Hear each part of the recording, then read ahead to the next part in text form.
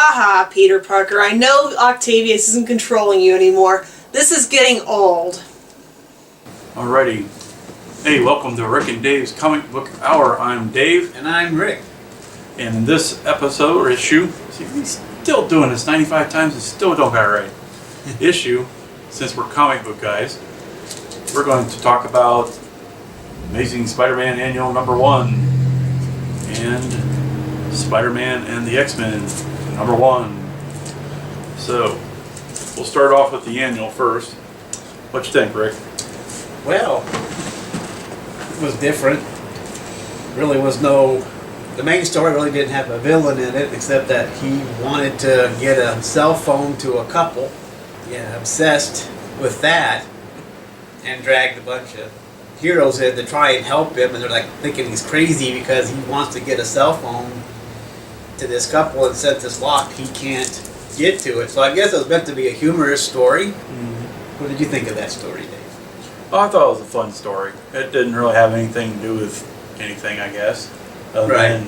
He's trying to do a good deed to return the phone, but on the other hand, he was also neglecting his responsibilities to his company and whatnot because he was asked to do some research on something, read something from work, and he skipped again for being Spider-Man. And so he went for playing Spider-Man as opposed to doing his duties as Peter Parker, which I guess that's typical Peter Parker. Yeah, so. I mean, in a way, it's also probably showing us that I don't think Peter Parker's meant to be a businessman. He wants to be Spider-Man too much. That's why he liked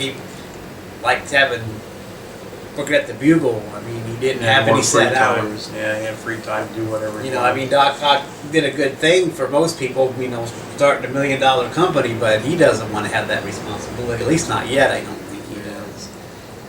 He wants to be able to be Spider-Man all the time. I mean, somehow he can't do what Tony Stark does and, be able to mesh the two together. Yeah, mesh the two, like you said. Especially since he's trying to remain secret identity as opposed to Tony Stark's a little bit out there with his identity. Yeah, so he is. You got that contrast going on, I guess.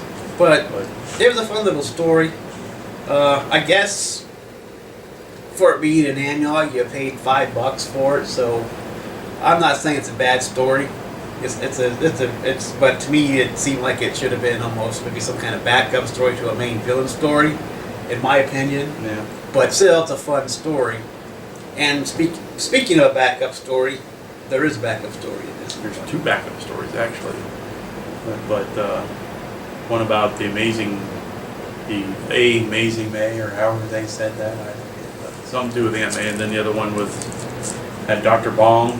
Yeah, and his gang. And his ragtag gang there, so that was kind of a funny story. I like that one. I think this was just supposed to be a humorous book. Yeah, what it was. Yeah, overall, every story was supposed to be funny.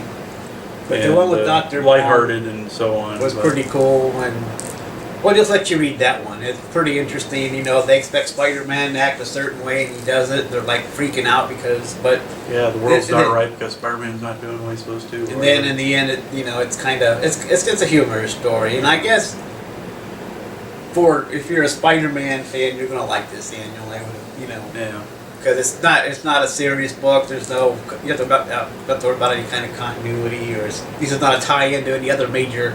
Like Spider-Verse. I mean, luckily it's not tied into Spider-Verse, so you can buy this book on its own and enjoy Spider-Man probably for the first time in a long time. Yeah, that's what I liked about it. It was lighthearted, and they needed that, I think, especially with all the intense storytelling we've had with all the Spider-Man, Dr. Octopus, and Spider-Verse, and everything else has been going on. So I think this is a good break. So kind of shows us Peter Parker is still Peter Parker. He's a bit of a goofball and whatnot, so I liked it, and I would recommend you buying it. Yeah. So up next is the Spider-Man and the X-Men. I bought this book. I saw it in previews, and I bought it, I guess, to pick up just to see what it would be like. And I'm not quite. Dave, you didn't like it. You didn't like it that much. I mean, I didn't mind it.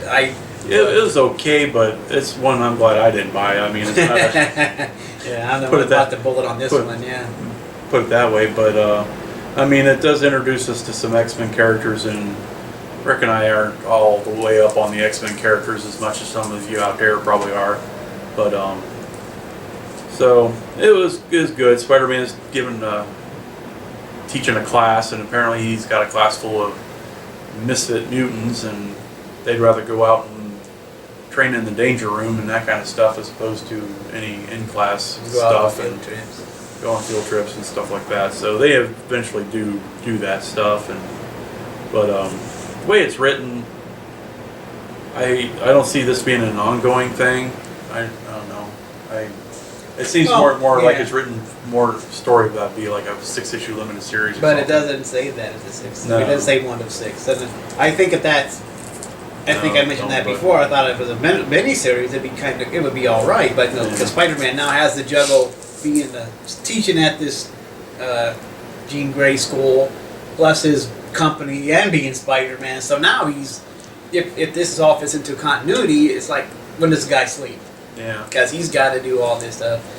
And he's there for a reason, too. I mean, he's there to teach these misfits, but he was asked by Wolverine to do it. Mm-hmm. And the other X-Men, the older ones, don't really like Spider-Man being there because he's not a mutant. Yeah, they're, even for people who are fighting for non-prejudice, they're kind of prejudiced themselves. Kind of prejudiced. And so it's like... So none of them really like him being there, Storm and who else? Beast and Iceman. Yeah, they're all making smart-ass comments. He was trying to get someone to stick up for, but nobody would. Yeah. But Wolverine's got him there for another reason, and we won't tell you what that is. We'll let you read it. And I don't know if it's ongoing or not. I think it was a miniseries. It would be a pretty good storyline, but for something that they might want to be ongoing, I don't think anybody's going to stay with it that long. I mean, if there is a villain in there, or a couple of them that they start fighting in a museum on a field trip, because, like I said, they'd rather be out and about than in the classroom because they're misfits. And you got the kid angst kind of thing going on too. So, but anyway, I'm just going to say that I might stay with it a little bit longer, give it a try, because you read it. Give the storyline a try anyway, see where they take it. Starts faltering, I'll just get rid of it and pick up something else. To me, if you're a Spider-Man and an X-Men completist, you're going to pick up the book. It's got its moments, humorize, and to me, I just say flip through it at your comic shop if you can, and see what you think of it before you buy it, because I really can't give it. I mean, I really can't give it a thumbs up or a thumbs down, but if I want to stay with it, I really can't recommend people buying it. Yeah. So really the art's well done. The art's well done and everything. And I'll give them that. I do like the nice art style and all that stuff. So actually, this guy probably ought to be drawing Silver Surfer. So there's our Spider-Man review for you. Hope you enjoy. Catch you later. Good day.